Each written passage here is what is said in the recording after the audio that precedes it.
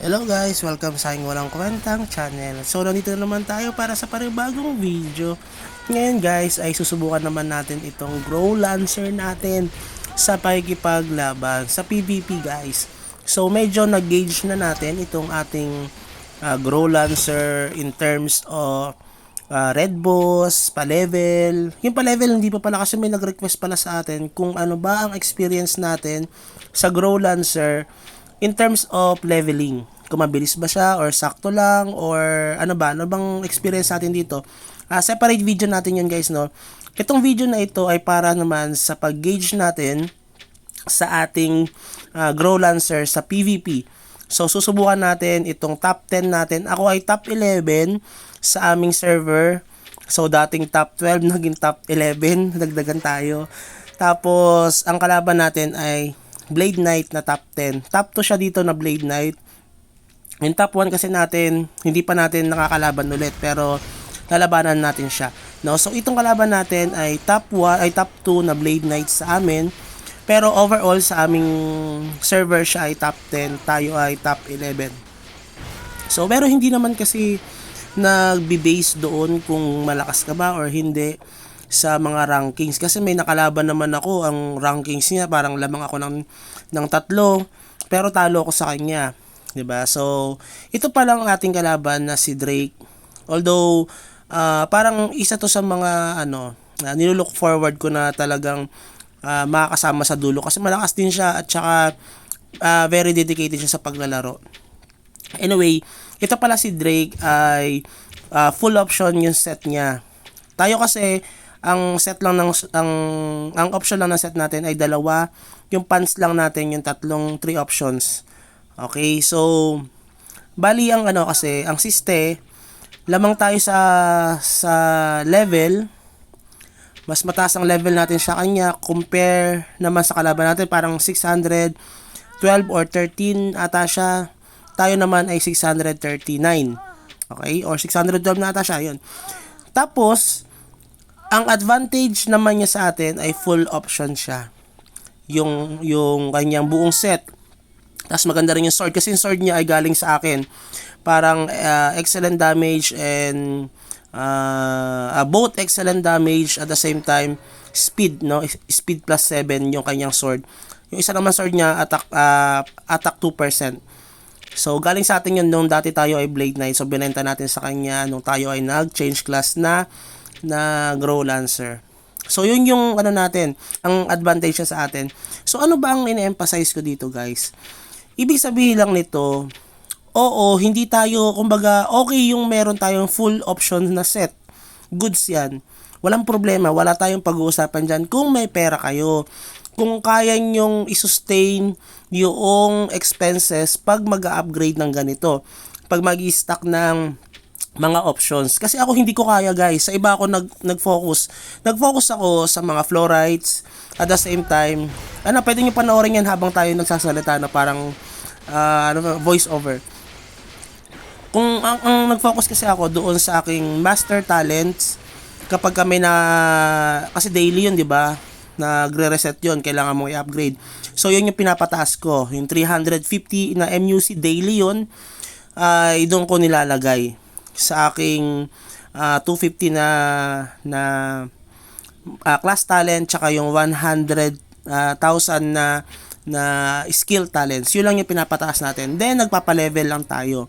Hindi tayo nag-focus sa ating set kasi parang ang gusto ko na lang ay sa T15 ako magpapalit ng set kasi parang okay na ako dito sa set na to sa T14 kasi masyadong mahal eh. Tapos parang sooner or later, parang 2 months or kulang-kulang 3 months, magle-level 700 na tayo. Kasi parang 1 level per day tayo dito guys. Or 1.5 days per level tayo. So yun yung nagle-range tayo dito sa ating Grow Lancer. Depende kasi yan kapag medyo nabibisi tayo at puro AFK lang. So depende pa rin yun. Tapos siya, syempre, dahil mas marami siyang pera sa atin at mas marami na gastos niya sa atin na top up. Actually, mas marami siya na top up sa atin guys. Kasi meron na siyang parang Finrear na black. Tayo kasi wala pang ganon. It's just so happen na hindi siya nakahabol doon sa pagbili ng Angel. Okay, ako kasi nakabili ako ng Angel so siya wala siyang Angel. So kayo kung may pera kayo, walang problema doon, mag full set kayo, kaso medyo mahal nga. Tapos lagi pa ako nababasagan dati, kaya nawalan ako ng ganang mag-ups, no? So, at saka nung Blade Knight tayo, 600 plus tayo doon. Tapos nag-GL tayo. So, balik na naman yung pag-aano natin, pagka-sacrifice natin doon sa ating set, no, pag-create ng mga options. So, tinamad na ako. Kasi sa Blade Knight ko, nag-ano rin ako doon, ano ba yung tawag doon, i-stack ako ng options ko doon sa aking Blade Knight. Dito kasi nung nagpalit tayo, hindi na ako nag-i-stack, tinatamad na ako. Bala ko na mag T15. So ang ibig sabihin lang nito, kahit na hindi kayo full option, pa-level lang kayo, focus kayo sa pa-level, focus kayo sa ibang bagay, yung tulad ng Fluorites and yung ating master talent, kasi hindi mo siya papalitan as is yung Fluorites, yung master talents mo dun sa character mo. Yung set kasi, kapag natapos mo na yung certain tier doon sa set na yon, papalitan mo na siya. Sayang, ang laki ng gastos. Biruin mo, parang doon sa T14 na protection noon panahon na yon, 50,000 yun. So, kailangan mo para mag 75% yung success rate noon, parang kailangan mo ng 10 or 12 na protection. So, umaabot siya ng almost 500,000, guys. Tapos, mababasag lang. Iba pa yung set. Kaya, umay ako mag-ups nung aking set noon. Ngayon dito. Kasi, habulin ko na lang sa level. So, ibig sabihin, pwede tayo lumakas kahit na hindi tayo masyadong nagpo-focus sa set. Pero mas maganda kung may maganda tayong set. Okay, ito naman kalaban natin. Bonus round itong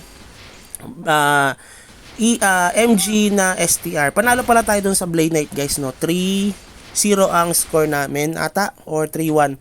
Basta panalo tayo dun sa kanya. So, dito naman sa STR MG, susubukan naman natin siya. Mas mataas ang ranking natin dito, pero parang halos dikit lang yung laban namin.